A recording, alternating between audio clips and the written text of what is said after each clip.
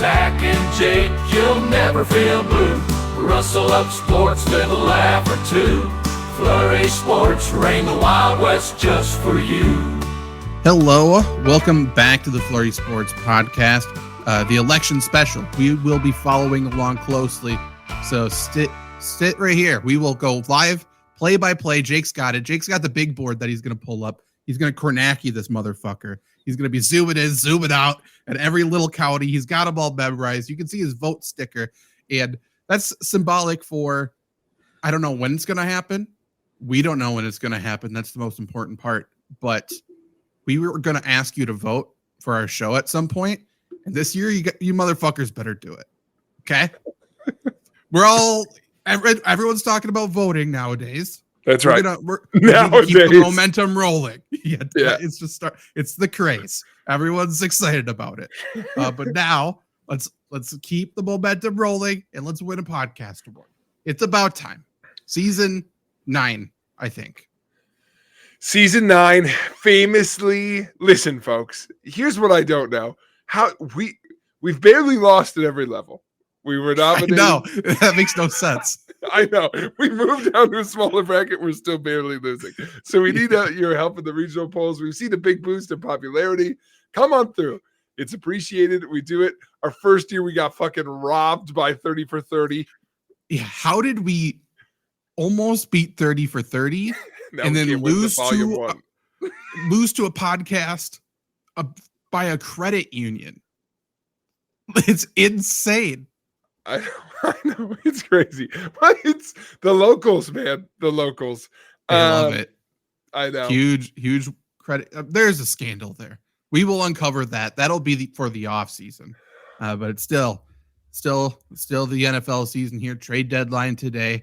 Not as exciting as one would think it to be, which is sort of the tagline for the NFL trade deadline. I don't even know if we need to go into it, but if you guys have any questions, because this is live, and if you're listening to this after the fact, the Flurry Sports YouTube channel, you can watch these live every once in a while. Let us know. Anything you guys want us to talk about, jump in the chat. We will answer it. We'll talk about it. It can be on topic, off topic, whatever. What do we want to start with? Do we want to start with the Burying the Lede? Should we tease the Burying the Lede and talk about something else? What? We could start with Bury the Lede. It's politics related. Don't go away, everybody. It's not that kind of politics related. Jake's going to tell you who to vote for. Who's the right vote? As it's happening. Yes. I will say before I forgot, because I laughed at it as you talked about it. Not a political stance, just a funny thing that happened last year last election. I think my favorite, let's take a step back and all laugh at this together moment in the 2020 election was when everyone collectively freaked out about mail-in voting, but then also remembered that that's how we did it for hundreds of years. Like everyone's like, how could we ever do mail votes? And I was like, wait, didn't we do that? We've done that before. Yeah, again, not a political stance. Every election cycle, it's like we start from scratch. Nobody remembers anything that happened 4 years ago. It's insane. That was my first thought. All right, here, I want your Stephen A. Smith hot take on the Electoral College. That's what I want to start on. I mean, this may surprise you, kind of for it. It's the BCS system for politics. It makes no sense. It shouldn't be what it is. But at the end of the day, it feels good to be voted to the Fiesta Bowl. It's great if you are in the Duke's Mayo Bowl because of a vote. You know what I mean? Maybe you went undefeated, but you know what? You're not going to prove your worth, UCF. You get to play in the Bahama Bowl while somebody else is going to play for the national championship. You'll call yourself national champions, much like, let's say, Iowa. You're going to say that you did something during this election. You think you swayed the election. You think you're a swing state. Yeah, you think you are. You're not. You know what? You keep doing what you're doing. Will it be red or will it be blue? You're red. We got it. Like you know what you are. We're all good. I do love that it is the BCS in the way where it's like even the teams who are involved also kind of hate it, which is like the universal factor where it's like, oh, well, we want to be champions, but Notre Dame is always the second best bowl game. And it's like, I was at a conference last week in Missouri, and they were like, oh, isn't it nice to be in a state where the vote's going to make a difference? And I said, actually, it's terrible. Yeah, I have a lot of anxiety. it's You true. know, so it's like, guess what, Missouri? Do what you want. Do a handstand, do a flip, red all Yeah. day. Yeah, does not matter. There's no such thing as redrawing the counties there. It's just one big county in Missouri, I God. believe. I don't even think they have two. And it just In spells out the Wisconsin, word "show me." yeah, yeah, no kidding. It's in the shape of the Confederate flags for some reason. Insane. That's so true. Well, speaking of things that don't matter, Zach, we have a segment here called "Bury the Lead." It's been a while. This is the first one this season. True. And so this is a segment for fans of the show. Usually is a fan favorite, but essentially I'm going to bring up topics to Zach typically in the sports world. Players and athletes we know and love. Zach kind of talks us through what we know about them. And then Zach, our arbiter as always, will select what is the fact of the three nominees today that we should most grope onto. Never say that again. Happy election season. But right. grab onto and make our, we're burying the lead. That's what we should be talking about with this person. But Zach, it's the election. We have a president special. That's right. I Googled the 10 least remembered presidents. Great. Okay. These presidents themselves are buried, both literally and historically. Jimmy Carter should also be, by the way. Don't need to get into it, but he's been dead for years. There's no way he dies before another president. Like someone else is going first. I have my bets, For sure. But yeah. That said, to avoid any wild contention, maybe some will still be out there, I only picked presidents that were presidents more than 100 years ago. Okay. Both for fun, and most of the list was over 100 years old anyway. So Zach, I will ask you, you have a background in history education, so I'll ask you briefly what you know about these guys, but I will say, usually I would expect the answer to be not much. They were president. They're old. I mean, we're talking over 100 years ago, so most of these guys probably not much, but let's see. Let's see if I remembered them. That's right. So Zach, can you tell me, what do we know about, you know him, you love him, he's got 3 names, Martin Van Buren? Oh God, this guy. I hate the way this guy looks. He's got the dumb little hair on the side, bald on top. He just looks like a stooge. Like, why did we elect this guy? Truly don't know what he's ever done. He just bothers me. I don't like him. By the way, Zach, a common theme between these 3 guys, what have they done? Not too much. No, like this was one I should go back and just like read through what was going on at this time and why we voted for this guy, who he beat. But in my mind, and it's not like today we are doing it right by any means, but in my mind, especially back then, we want a strong leader. We want the 6'4" macho, like George Washington's a psycho running through the woods, slicing off British heads. And then Martin Van Buren is the little henchman that was, let's be honest, probably, what's it called when there's twins and they're not identical? Suddenly it left. I don't have it either. The haze. Yeah, I can't remember what it is. He's the one that's shorter, and it's like, really, you're his brother? That's Martin Van Buren. Emma Hayes. No, that's so true. Shout out. By the way, if you're listening, you're very nice. Yeah. So, but call out. You were a little shorter. Anyway, I hope she's not listening. Anyway, Martin Van Buren, he was president, for those who don't know, unlike Zach, 1833 to 1837. I tried with all these folks to pick a political thing they did that I was like, that's cool, regardless of anything else they did. He is often thought of as the founder of the modern Democratic Party. And for better or worse, one of the figures of the current political system. So before that, like Whigs, there wasn't as much a limit on it. He really pushed us towards a second party system, kind of the founder of that. And so made it correct a little bit. Parties had to be in opposition. And so essentially first take, but back then. Correct. Like, and now weird. Stephen A doesn't have the same opinion as the other guy. Okay. Yes. So as always, Zach, I have a few nominees for each person. If you disagree with which one I land on, we can always change. But a couple to get the ball rolling. One that I think I knew, or when I say it, I feel like folks might have heard this about Marvin Van Buren, which is he's our only U.S. president whose first language was not English. Marvin Van Buren, Dutch. Okay.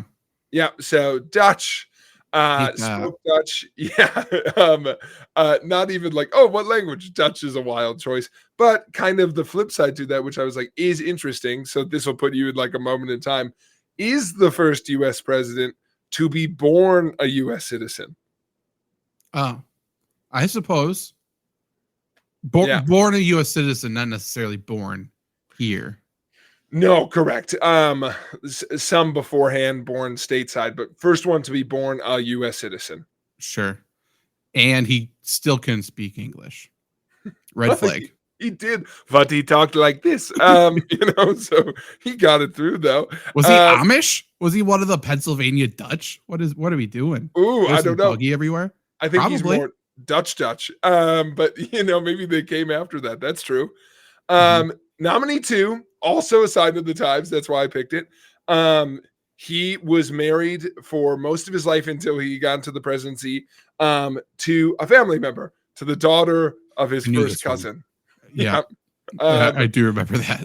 And not only that, after she died, wanted to keep in the family, never remarried. And some of this is scandalous and rumor because no one really knows how much was romantic. But he did. He never remarried, and all of the first lady duties, which back then there was some more format to that of what they had to do, was taken up by his daughter-in-law. This dude's a weirdo. I like why. No one talks about him as the worst president. Not a good one.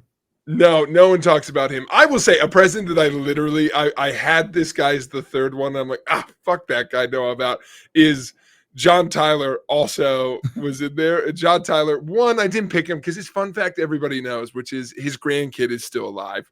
Yeah, insane. Which is insane. It's a great fun fact. I wanted to do different. Also, literally was a traitor. He joined the South after his presidency. Yeah. I mean, he's like, you know what? Not too bad. That's right. First president to do a coup. True. Not except the revolution. Yeah, not the last. Yeah, I suppose you're right. But no. So yeah, listen, this was what they were doing. It's hard to meet people. Still hard to meet people. And back then they did it different. No dating apps. Don't judge. So it sounds like Van Buren's forgotten by intention here. Or like, let's forget about this guy. Correct. And perhaps the most well-known thing about him, Zach, is not going to be a tribute to him very often. I will cachet this by saying this part's a little wrapped in myth and controversy, but it is well enough known that it came up a bunch when I looked it up, which is my final nominee for Marvin Van Buren, which I would ask you to consider for Bury the Lead, is the phrase okay is often attributed back to Marvin Van Buren because his nickname was Old Kinderhook, which is the town he was from. Yeah, it's the town he was from. So back then, everybody was Old Mahogany. But he was Old Kinderhook. And in all of the like political ads and things, it was just like speech bubbles of like, okay. And that is one of the common accepted origins of okay, comes from a lot of different places in the English American vernacular. That is at least seen as popularizing it. Mm-hmm. Old Kinderhook? Is that Old Kinderhook? So nicknames were better back then. They were by far. Big Diesel. And shout out, by the way. True. On FlurrySports.org, Luke actually just published an article today, the most creative NBA nicknames of all time. So updated. Updated. Yeah, they're pretty good. They're pretty good on there. So they were seeing it as like an exclamation. Like it wasn't like okay as it is now. No, but it became like a phrase. Like all it was it was a cartoon. So it was like speech bubbles, different things, and would say okay, but people saying it. And it, from that and different origins kind of took on a life of like, oh, all good or whatever. But it was kind of just a phrase that came from that of like, it's fine. So, yeah, that is one of the common histories of the word okay. Did you see where Old Kinderhook is? Oh, the golf course? It's in the Ozarks, though. Oh, So, yeah. like, weird that this guy's into dating family members. It's crazy how nothing has changed. I was going to say, good thing they grew out of it. Yeah. So different now. So, first candidate, Old Kinderhook himself, Martin Van Buren, MVB. Pretty good. Yeah. I mean, honestly, one of the best presidents for nicknames, it seems like. Yeah, that's so true. By the way, I grabbed a nickname for all of these guys. So that's the first one. Great. Second one, Zach. Future show, we should power rank president nicknames, maybe. Ooh, that is so good. We're gonna have to filter out some of the recent ones, but I do like that. That's good. Yeah. They come for different reasons, but some That's still true. good. Yeah. Yes. Some of them, Sleepy Joe. Sleepy Joe. There's never been a better nickname than Meatball Ron for Ron DeSantis. That is true. That is true. Not a president, not yet anyway. Him and his little booties. But anyway, next candidate, Zach, can you tell me what you know about our boy? That's right, Chester Arthur. Chester Arthur. 2 first names. I'm not even sure if I knew this guy was a president. Well, he took over for somebody. Let me tell you about him a little bit, okay? Okay. Yeah. 1881 to 1885, and he took over after Garfield's assassination. Okay. Was never elected on his own, obviously, so a little bit forgotten, but kind of remembered. I thought this was interesting. Kind of remembered everyone was like, you know what? Props. You weren't really supposed to be here, and you did fine. So, sure. A little weird. He branched the Grover Clevelands. Grover Cleveland came on either side of him. Okay. Yeah, so a little weird. The thing I wanted he passed a lot of shit that people gave him credit for back then that I think aged pretty poorly. So all the things that they were like, everyone loved when he said immigrants shouldn't be here, or when he was like, oh, maybe slavery should stick around. I was like, oh, aged bad. But he did.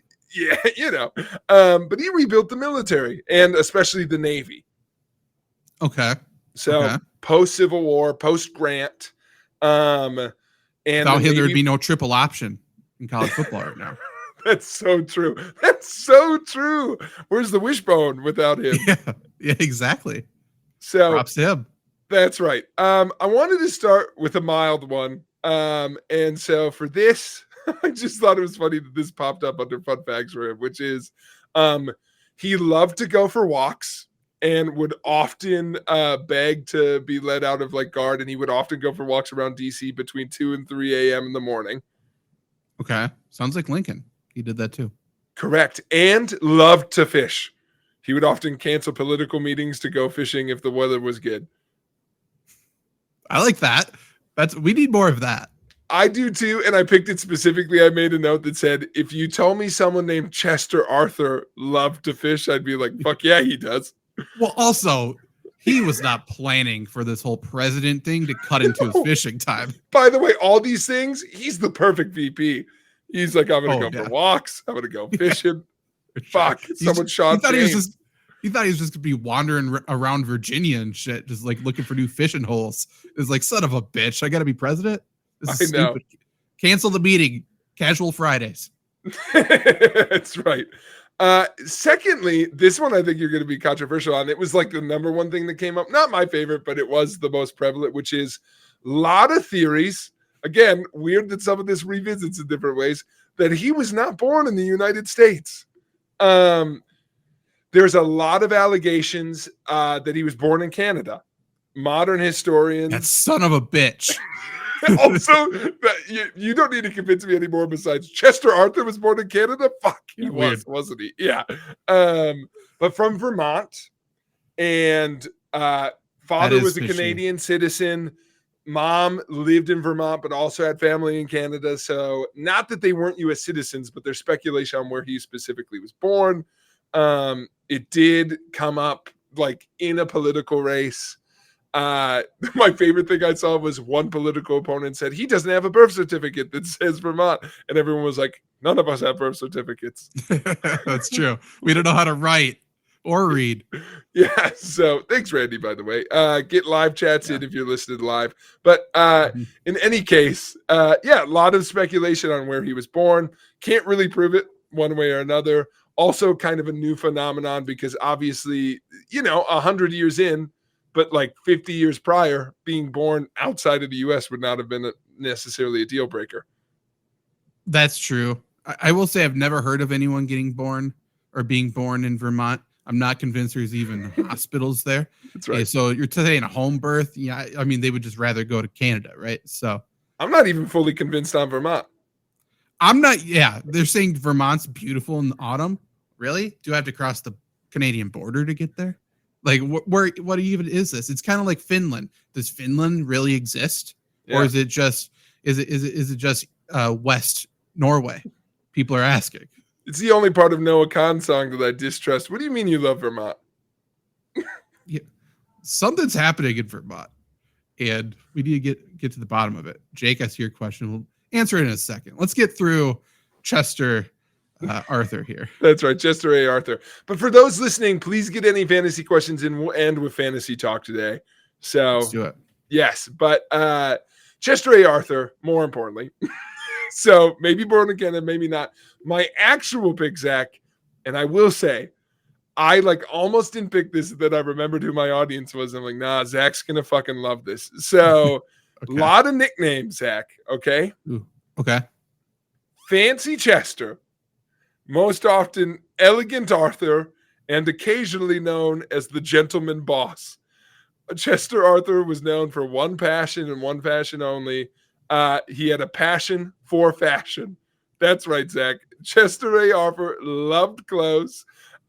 He was known to have over 80 pairs of pants, which Jesus. Okay, thank you. I was like, is that a lot? I don't have that. That's okay, a lot. okay. I wondered what the line was. Yeah, me too. I've got like 8, but he had 80 pairs of pants, and I think maybe the most weirdly, it was written as he loved to change clothes throughout the day, especially for different occasions. If he had multiple meetings, he would often take the time to change between meetings. He did not want to be president. No, not at all. He was so excited to be VP. Yeah. He had a whole plan. Just like, I'm just gonna every time I walk into the room with the president, I'm gonna be wearing something else and see if he notices. Like, he's the type of guy, he parts his hair on the other side one day, just waiting for someone to mention it. This guy's a weirdo. It's when a team loses their actual MVP in the offseason and now your best player's the glue guy. Yeah, that's true. Yeah, for sure. Yeah, it's like, oh fuck, it's Elegant Arthur. They had him Arthur. around, but no, Gentleman Boss. That's pretty good. Pretty good. By the way, okay, what NBA player right now do we want to christen the Gentleman Boss? I was just going to ask you the same thing for a quarterback in the NFL. NBA. Why is it Kristaps Porzingis? No, I was thinking it might be Giannis. Giannis. Oh, he's Giannis a little gentleman. Yeah. If we're talking NFL, quarterback. Gentleman Boss. I kind of wanted to be Leggett from the Panthers, their wide receiver. Xavier Leggett. He's incredible. Yeah. He should have been traded at the deadline to anywhere else. Yeah. He deserves that. Let's give it to a retired one. I mean, Ryan Fitzpatrick, Gentleman Boss. I feel like 90% of nicknames fit Ryan Fitzpatrick. He's timeless. He spans every type of nickname. Andrew Luck also. Old Kid Rook's actually Andrew Luck. That is for sure Andrew Luck. That's so true. Lastly, Zach, I think we do have what I consider the favorite coming in, but you'll have to decide if it is better than Old Kinderhook and Elegant Arthur, which is, can you tell us what you know about our most recent entry here, which is good old Calvin Coolidge? Oh. Calvin Coolidge he's the most recent of these? He is. The other ones were 1830s, 1880s, and Calvin Coolidge is 1920s. I don't know. He did something with libraries, I feel like, but I don't fucking remember. Oh, I don't have that on here. He was president from 1923 to 1929. For math aficionados, you will notice that is 6 years. That is because he also took over for a dead guy. Warren G. Harding died, and Calvin Coolidge took over and then was elected again on his own term. I do love when presidents have quotes like this. He was not likely to win the next race. Like FDR was coming down the pipe, and so somewhat kind of got out of the way, but also had a quote of, that would make me president for 10 years, which is too damn long. Which, True. they kind of got to. So also kind of a future shot at FDR. No kidding. So that's a little bit about him. A lot of different policies. I think he is like often remembered for really not doing much. And like, I guess gets a negative reputation because it's almost like a backlash, because it's like he got a lot of credit at the time because he was the Roaring 20s guy. And since it's like, oh, but like you didn't do anything. And then the Great Depression happened and it's kind of on you. So like, I couldn't find a lot, like he's not rated very highly in terms of like historical picks, but I'm like, I don't really see any like outrageous things. He was given a lot of credit. Like the number one thing they said was, especially for the time, very inclusive. He officially signed a document making Native Americans U.S. citizens. He also was a champion for African American people entering politics. So yeah, some cool things there, especially coming after Woodrow Wilson. There's also a pretty strong take I'm seeing on his Wikipedia page. It says Coolidge disliked the Ku Klux Klan. So yes, which by the way was a bigger deal at the time because that was a club that Wilson was a part of. So fair enough. Did you see where Coolidge is born? No. Supposedly also Vermont. Red flag. What's Ooh, going on?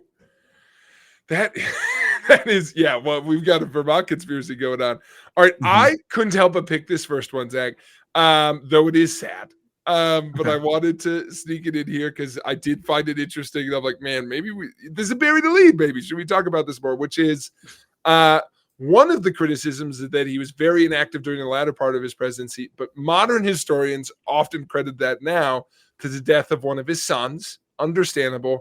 But how his son died, Zach, he was a teenager. He died playing a game of tennis with his brother barefoot at the White House. He got a blister from the exposed ground, got sepsis because it's the 1920s. And that was a death sentence. Death by tennis blister at the White House. That's tough. I mean, like, couldn't have been a better sport. Could have said it was anything else besides tennis. Could have said you stub your toe really bad. That's even more manly. I know. Not great.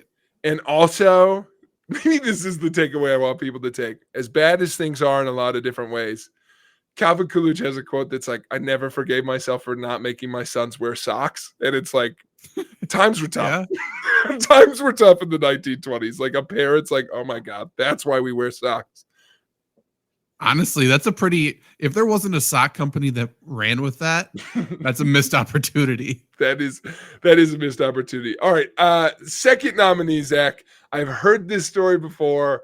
It is related to a nickname, but I had to include it here because it is one of the funniest things I've ever heard in American history, which is our friend Calvin Coolidge was referred to as Silent Cow, which also kind of a fun nickname. He plays shooting guard, I'm sure. But Silent Cow referred to because it had a very, again, VP turned president, very, very quiet, very dry sense of humor, characterized by this story, which may be familiar to folks when they hear it, which is, quote, his wit was displayed in a characteristic exchange with a Washington, D.C. hostess who walked up to him and told him, "You must talk to me, Mr. President. I made a bet today that I could get more than 2 words out of you." Coolidge replied, "You lose." And left. It's pretty good. Witty. Pretty good. I like it. Very witty. I love that. That is, by the way, so funny. So comical. That is good. Yeah. Very good. And also, when he died, one of the lead reporters at the time reported Calvin Coolidge was reported to die today, but I'd like to ask, how can you tell? So pretty quiet guy. Poor Silent Cow. Yeah, they didn't need to bury him like that. That is, so he's known essentially for doing and saying nothing, which is great. Correct. And then, of course, the quiet, silent guy. Oh, there he is rambling about inclusion. Yeah, that's true. Like, shut up, Cal. Like, the only time you talk is to let these guys come play with us, essentially. Yeah, this Stupid. nerd. Yeah. God. Mourning the loss of his son due to a tragic tennis accident. Yeah. Leave those guys in bed sheets alone. They're just having fun, Cal. So our final contender, Zach. So will this be better than Elegant Arthur, his 80 pairs of pants and changing throughout the day, or the origin of OK, old Kinderhook, Martin Van Buren, which is Calvin Coolidge, lover of animals, along with his family, had several dogs, several cats, and some animals that I'd like to mention here now, Zach. First off, his favorite animal was a border collie, a dog named Rob Roy. So full name, Rob Roy. Loved giving his animals full names. As possibly seen by a raccoon they owned named Rebecca. Okay. Rebecca the raccoon really got me. He was Yeah, also gifted, the reason I picked it here, 2 lion cubs from the mayor of Johannesburg. Wow. Our This king is of dry in the wit. White House? This was right as he left the White House. So he had these with him in his retirement. He named those lion cubs, our king of dry wit, named those lion cubs Budget Bureau and Tax Reduction. What a nerd. What a fucking nerd. He named a lion Tax Reduction. I didn't think having a lion so badass, having 2 lions more badass, and he made it lame. And you know he's walking around like, do you want to meet Budget Bureau? What the fuck? Oh my God, you have a lion? I was killed by tax reduction. I do love that's so, but it is, again, I feel like out of all these folks, I'd love to get a drink with this guy. Because he's like, you know what's funny to name it, especially back then, an exotic, dangerous animal that should not be here? Budget Bureau. Yeah. God, all right, so Zach, who is our Bury the Lede champion? Is it lover of animals, especially Rebecca the raccoon? Let's not gloss over Rebecca the raccoon, by the way. Yeah. This is Rebecca. That's true. So lover of animals, especially his 2 lions, Budget Bureau and Tax Reduction. Calvin Coolidge, lover of fashion, Silent Cow, of course, lover of fashion in his 80 pairs of pants, Chester Arthur, Elegant Arthur, or MVB himself, old Kinderhook, origin of the word OK, Martin Van Buren. Man, old Kinderhooks are really helping out Van Buren. That is such a banger nickname. But what was the second one? Gentleman Boss? Gentleman Boss, Elegant Arthur, 80 pairs of pants. God, Chester Arthur. Chester Arthur's I never wanted to be president, Chester Arthur. Yeah. I think as an overall person, it's for sure Chester Arthur wins, but I have to focus on a specific thing. I think. Bury the lead. Yeah.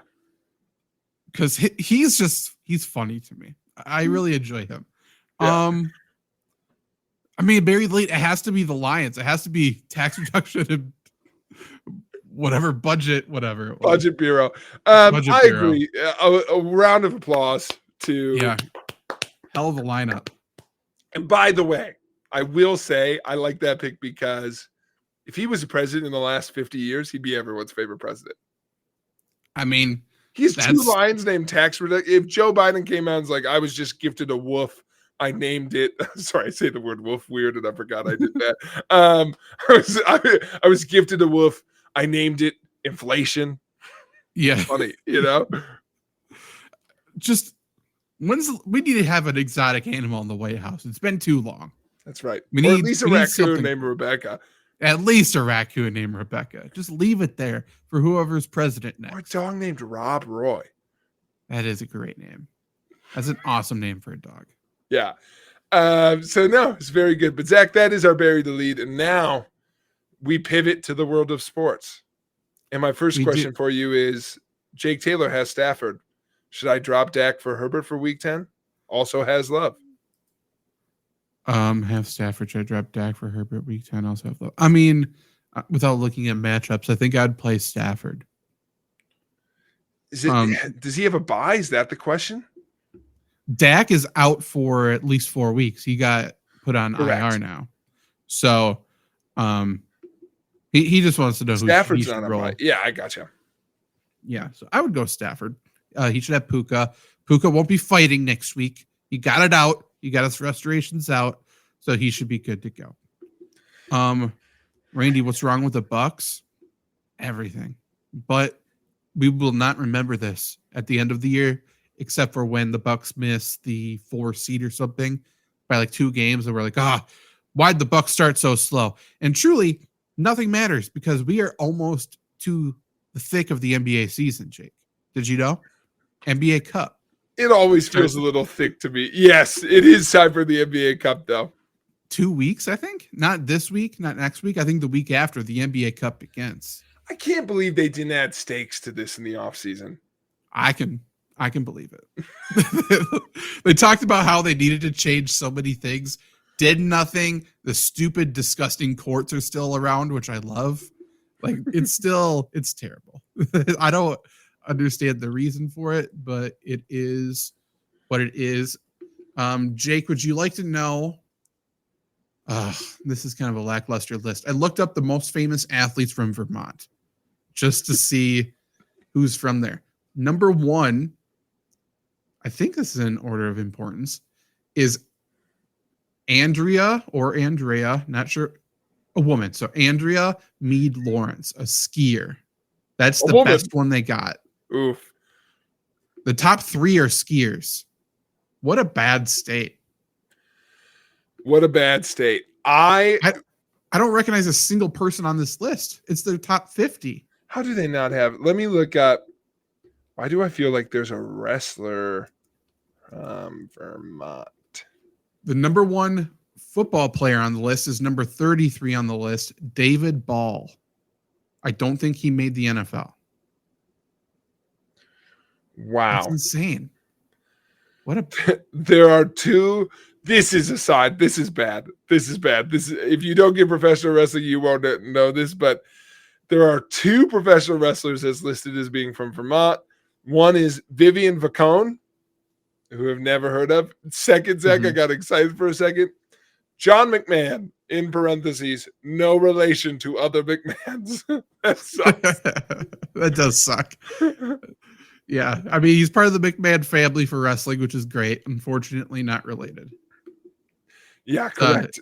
It's a Spike Dudley situation. Oh my God, John McMahon died in 1911. That's okay. No, hold on. I've got things to share on John McMahon. His biggest rivalry was with Colonel J.H. McLaughlin. Okay. We need to find some promos. Yeah, he served in the Union Army. Of course he did. What the fuck is going on with these professional wrestlers? He's got a whole thing on his military history. Okay. That's great. He only wrestled in 5 matches. Excellent. Very, very good. Dude, this Wikipedia page, unmatched. Everyone look up John McMahon, wrestler. In August 1879, McMahon faced his second cousin once removed. That's a heated rivalry. That got personal. That is so heated. Okay, what a good read. My last click on here is going to be who the hell is Colonel J.H. McLaughlin? Oh, they have the same facial hair. That's crazy. McLaughlin was known for his collar and elbow standing skills. Great. The literal worst part of wrestling. Yeah. Pretty good. Pretty good. Bring him back. Put him in WWE 2K25. Oh, Zach, this is why I'm preparing myself for this paragraph I'm about to read, but I need you to know this might be the best we've ever done. Okay.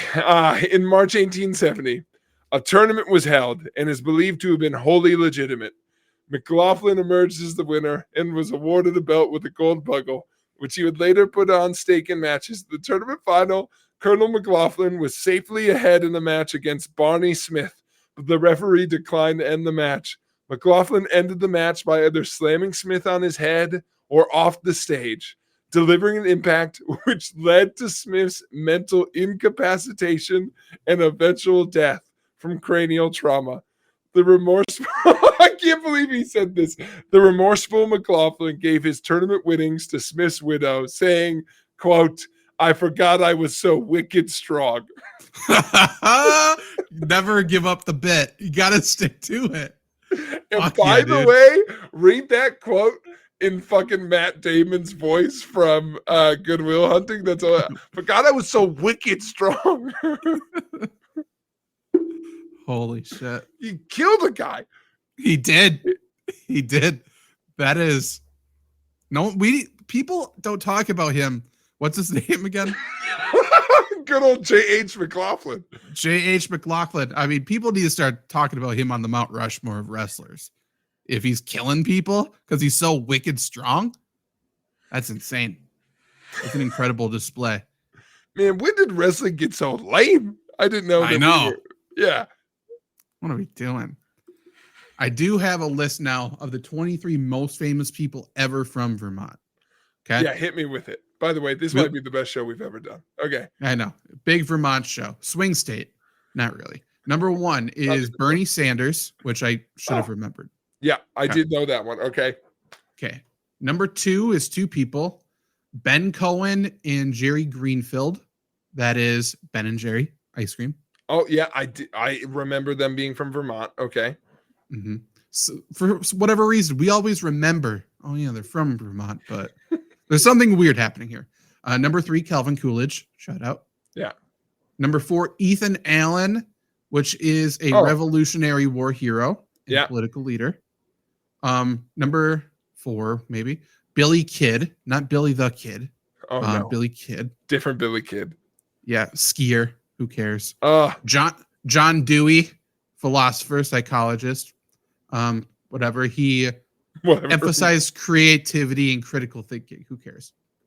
Orson Bean, actor, comedian. Dude, this list is going downhill fast. There's some bangers coming up though. Grace Potter is next. She formed the group Grace Potter and the Nocturnals. Don't know what that is. Next, Robert Frost. Should have led with Robert Frost. Should have fucking led with. I took two paths. They picked the wrong one. Yeah. Vermont picked the wrong one. Next, Norman Rockwell, obviously painter, illustrator, very famous. Next, Rudyard Kipling. Oh, I've heard of Rudyard Kipling. Okay, now explain to me how he's from Vermont, because here's the sentence. Rudyard Kipling was a British author born in India. That's so fucking funny. Where's Vermont?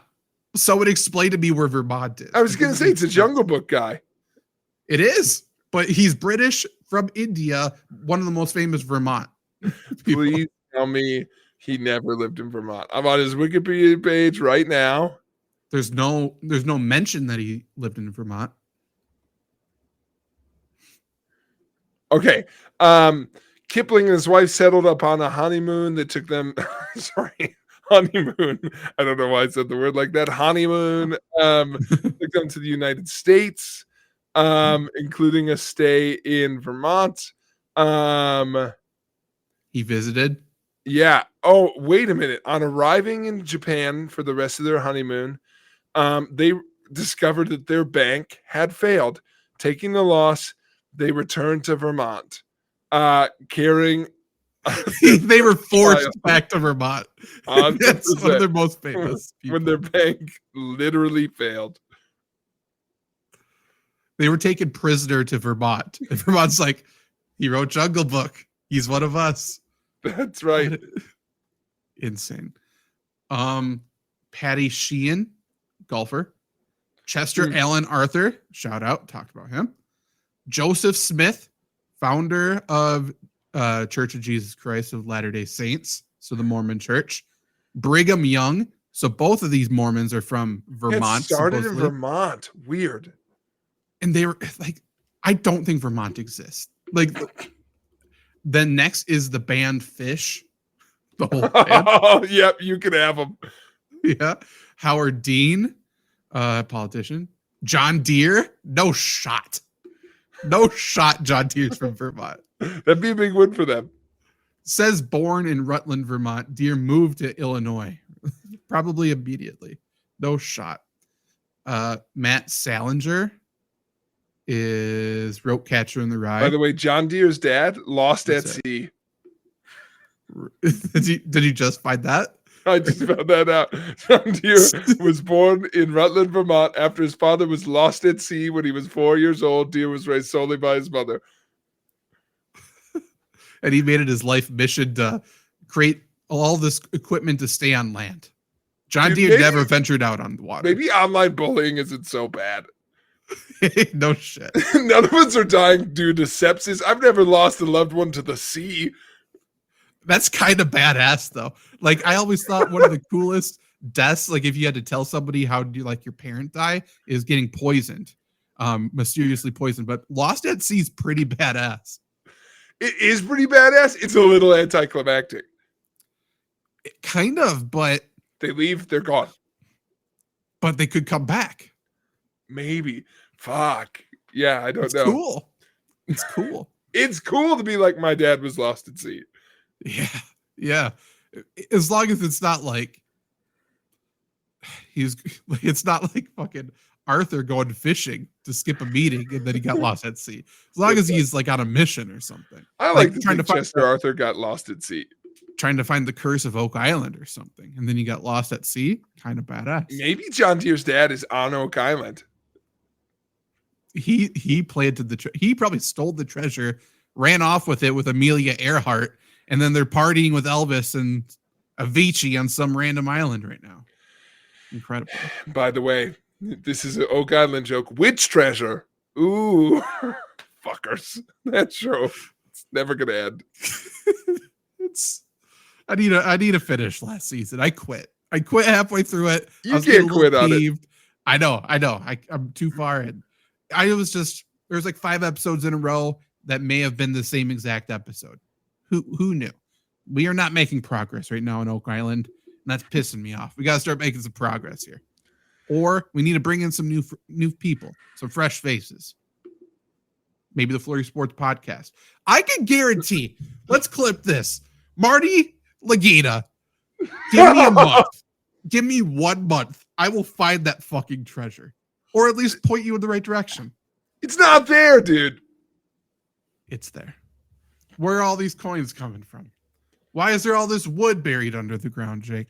I will say Marty Lagina, new season, co-hosted by diehard treasure believer. By the way, what a funny dynamic. If we go on a show and the dynamic is you are like, it's fucking here. And my whole role of the show is like, I am a pessimist. Every time we go back into the meeting room, it's like, what'd you find? Nothing. Huh. Okay. That's right. Jake, what's your theory? You will never believe it. There's nothing here. Every time there's like a new interview, they always have like these outside people with theories they call in, and then it's just you laughing in the corner, like, try it. Go look for it. How come no one ever calls on me? I've got a theory. Bring in the skeptic and the believer. Yeah. We'll do wonders for that show. We'll spice it up for sure. It'll be the best ratings you've ever had. I can guarantee it.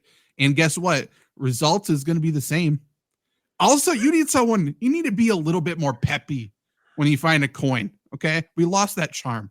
I will lose my shit if I find anything that I can trace back to anything. You know what I mean? A button? Holy fuck. You know, that's what awesome. We need. You're going to hold up a button, look at me and go, fuck you. And that's going to drive in ratings. And I'm going to go, that fell off my shirt literally 30 minutes ago. You guys, we need to be on the island for 1 season. And you and I need to do the remote thing too. Like they'll send them to Portugal for some reason to research. And they ask all these questions about the Knights Templar. We'll go sniffing for clues in Europe. We'll find something. Send me to Portugal. Send me around. Tell you what, I'll do this job for free. Send me around the world, and I won't do that part for free. You send me, I'll do the rest. And I will walk around and I will ask people, have you heard of Oak Island? That might be the best strategy right now. Have you heard of the Oak Island treasure? Where is it? You don't know anything about it? Take a guess. We need to walk around with a map and they just point. And then wherever the most points are, we dig it. We dig it up. Here's my question: if we did a random sampling, a gathering of 50 Curse of Oak Island fans, how many of them are from states who fought in the Union? I don't know what you're trying to say. I'm saying I think they're going to be thrilled they have a Northern delegate. Maybe. I don't know. It feels like NASCAR to me. It feels a little NASCAR-y to me. I might disagree. I don't think the Southern, you don't think Curse of Oak Island has borders? I don't. I don't think. I'll venture to say there's never been a NASCAR driver who's even heard of the treasure. I think it's like a weird conspiracy theory. Yeah. I mean, okay. Here's my thing, Marty. There's no. I know the answer. Doesn't love this show. I know the answer, Marty Lagina. Talking to you right now. I know what happened. There was treasure here. There was. Maybe someone already came and took it. Maybe the person who put it there already came and took it. And then they spilled a little bit. There's no doubt there was history on this island. There's no doubt there's a shipwreck. There's no doubt that there was treasure buried. Okay?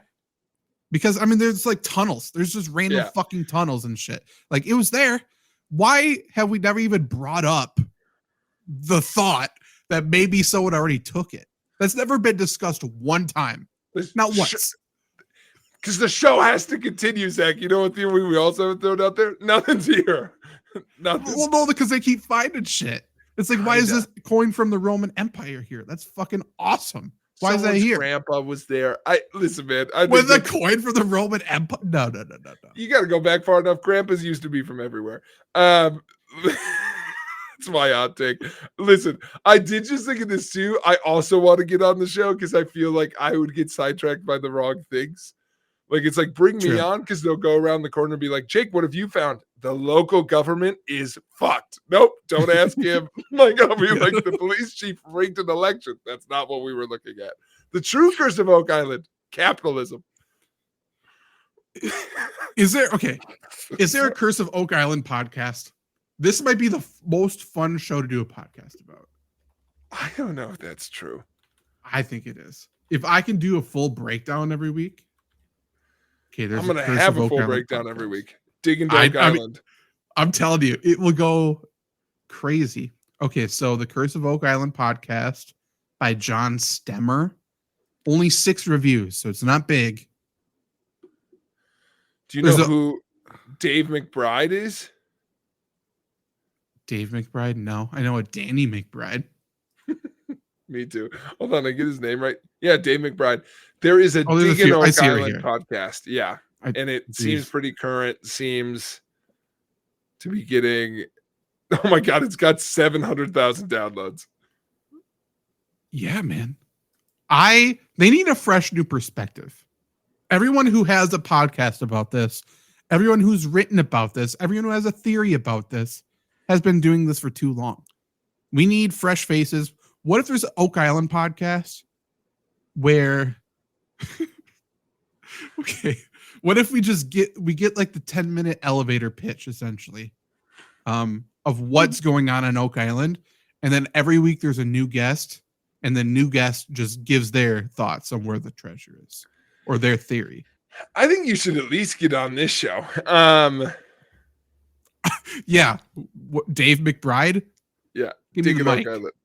Give me the mic. Let me get me out there. I'll answer any questions that group of 70,000 people has. It says, Dave, I'll come on and you can try and prove to me what's happening. Maybe that's what we need. If it's 2v1, maybe I'll be like, all right, something's happening. Okay, I'm in to be the skeptic for once. That's fine.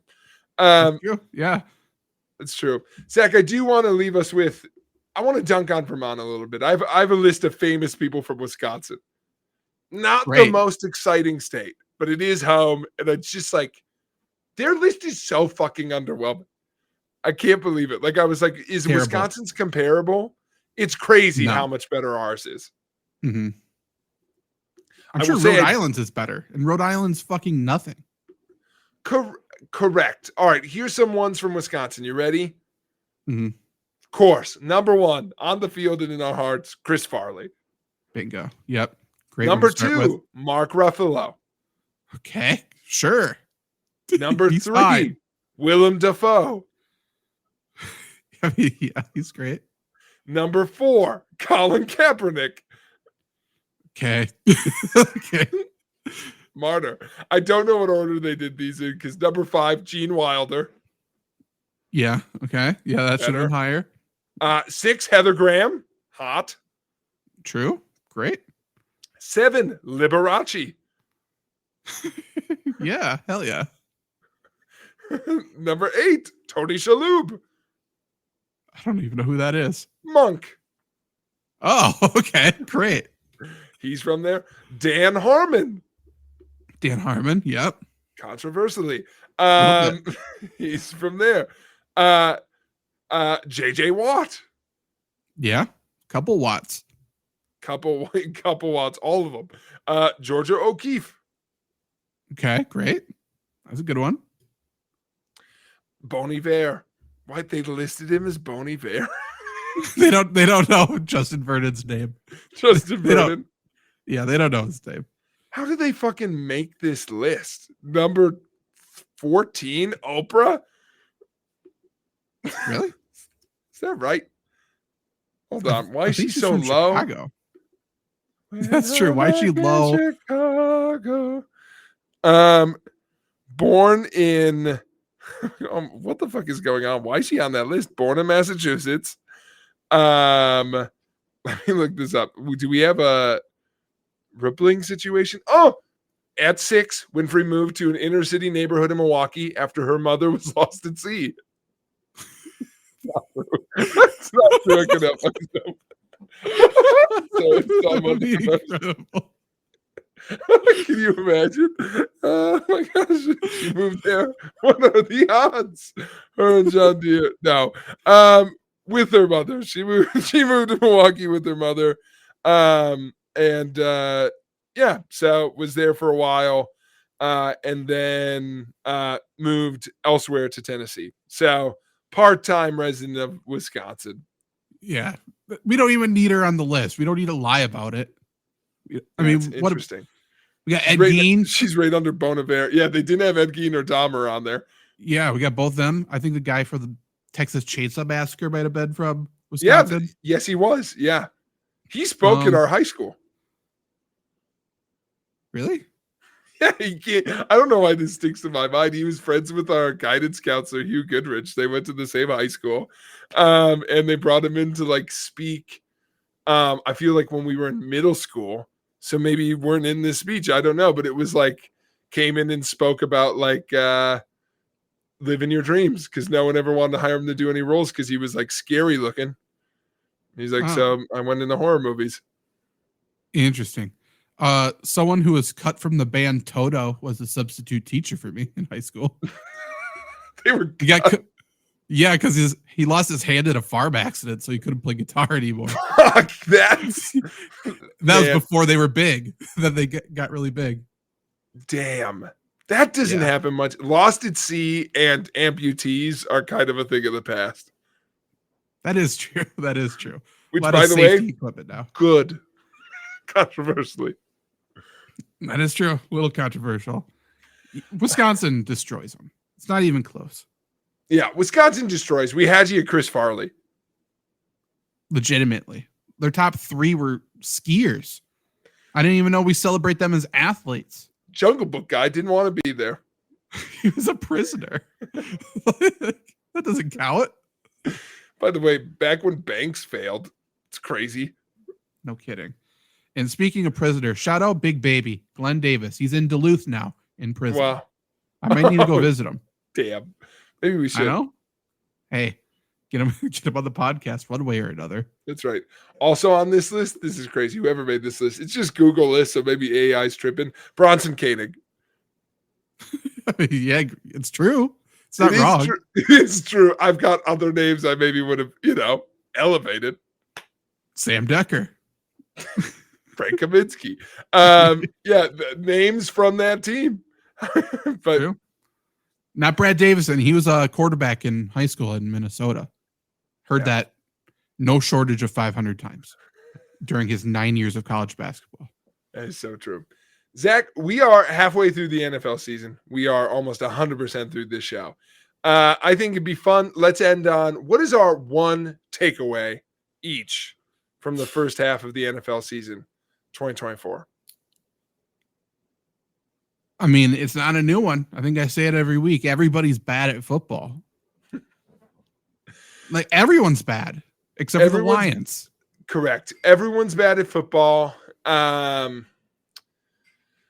want a different takeaway than just the most boring parts of football are the most important. Like, have a line, have depth.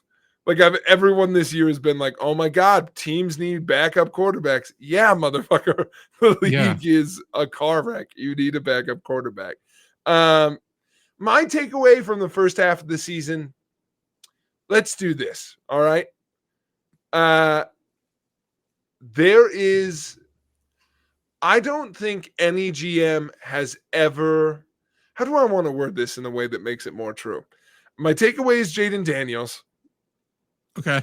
Great takeaway. How exciting that is. I think future the league, like when it's like, is Caleb Williams a bust? When it's so clearly like not there yet, just because he's that good. Mm-hmm. But the takeaway I want to say, which is Jaden Daniels is so good, he might have killed GM Hard Knocks. Yeah, honestly, he might have. Like, nothing's aged worse than Joe Shane like rolling his eyes at his son, who's like, draft Jaden Daniels, you only have one moment. And he's like, oh, stupid kid with your dreams and your ambitions. Yeah, I mean, yeah. Offseason Hard Knocks just showcased and gave fuel to the fire that anyone can be a GM. Like, we need to stop acting like that's not true. Like, no, you think you could be a GM? Not everyone can be a coach. Not everyone can play. Everybody can be a GM. Anyone can cook. Yeah, 100%. Yeah. Yeah, anyone can cook. You can cook anything. Not well, but it doesn't matter. That's right. Ratatouille. Yeah, I agree. And I also saw a tweet today, probably made me think of it, which is, I'll never forgive Tommy DeVito for costing us Jaden Daniels, which is also true. Those couple wins. No, but is he even in the NFL anymore? There's no way. What a moment in time he was. That was the Linsanity of the NFL. Tommy DeVito. He's still on the Giants. Oh, as he should. They should play him. Honestly. But no, I think like Jaden Daniels is, I hope he lasts. But if he doesn't, I hope we remember just how fucking good he is right now. Yeah, it gives a little bit of credibility too that black people can play quarterback. Yeah, still trying to prove that for some reason. But yes, you're right. And that he can throw. Oh my God, he's mobile and his arm works. So yeah, you don't have to pick one or the other. He can do it. Do you have a favorite autograph to end on a question from the audience? Probably a Kevin Garnett autograph would be my guess. Gotta be up there. I have that, and I have a couple Brett Favre ones. That's nice. That's good. I'm trying to think if I've got a better one. I've got a Reggie White. That's good. That's good. And then I've got a Joe Mauer. That's the best one I've gotten like in person. What's his name? I really should know this. The polar bear from mid 2000s. No, mid 2000s Wisconsin Badgers basketball.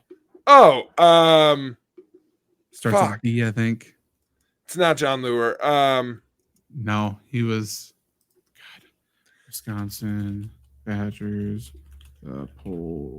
I got it. I'm almost there. There's a polar bear on the fairway. Why wouldn't you tell me his name in the title? Brian Butch. Fuck. Fuck yeah. Got him. So good. Honestly, my favorite autograph I have is one, by the way, not a mushy story where I'm going to say you. I'm going to say an actual funny thing. Autograph I have in my high school graduation book, my yearbook, which is, there's an autograph in there that says, fuck you, Jake. And it's from my good friend, Zach Moore.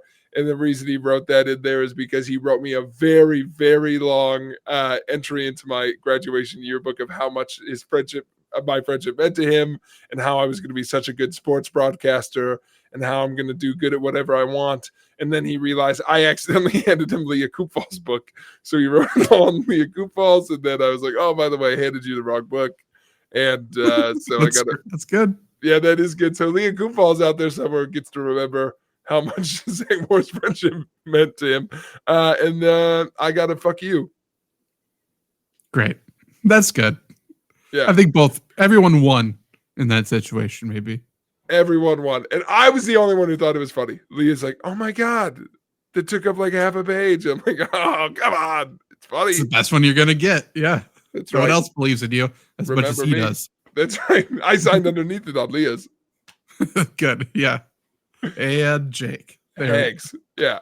There you go. Anything else for the folks, Zach? Really quick. We don't need to go through it much, but I did calculate our losers. We drafted halfway through. Yeah, we're halfway through the NFL season. We drafted 12 teams each. In the preseason, if you remember, we were picking teams to get the most losses, the fewest wins. As it stands right now, through my 12 teams, have 38 wins, and through your 12 teams, you have 50 wins. So, some notable picks. Probably my best pick technically was the Jaguars at 11 with only 2 wins. And the big swing for you was you took the Vikings first. JJ McCarthy was still healthy. You were fueled by hatred for JJ McCarthy at that point. So crazy. You then got him injured, and then Sam Darnold came in to ruin it for you. Your best pick was the Cowboys. You got the Cowboys at 11, and they only got 3 wins. What a disaster for Dallas. They are so bad. It's incredible. Keyshawn. Should I trade David Montgomery and Marvin Harrison Jr. for Jonathan Taylor? No. No need. That's the kind of analysis you can only get here. That's right. David Montgomery's good. We need to stop pretending David Montgomery's not good at fantasy, not good at regular football. Everyone hates him. I don't understand it. Like he's the starting running back for the Detroit Lions, and everyone's like, he's the second guy. Let's just watch the game. Let's just watch, see what happens. Marvin Harrison Jr., by the way, that played out exactly as I said. Him and Kyler Murray will not speak to each other on the field. If there's a miss route, if there's something that usually one of the two argues, demands the ball, tells them what to do, they just pass of each other. They'll ignore each other. It's a silent treatment for the entire game. It's weird. Don't like it. Is what it is. Okay. Should we get out of here? Anything else? I mean, until next time, remember what would old Kitteridge do? Fuck, what's his name? I forgot already. Old Kinderhook. Old Kinderhook. We'll be back next week unless we're lost at sea.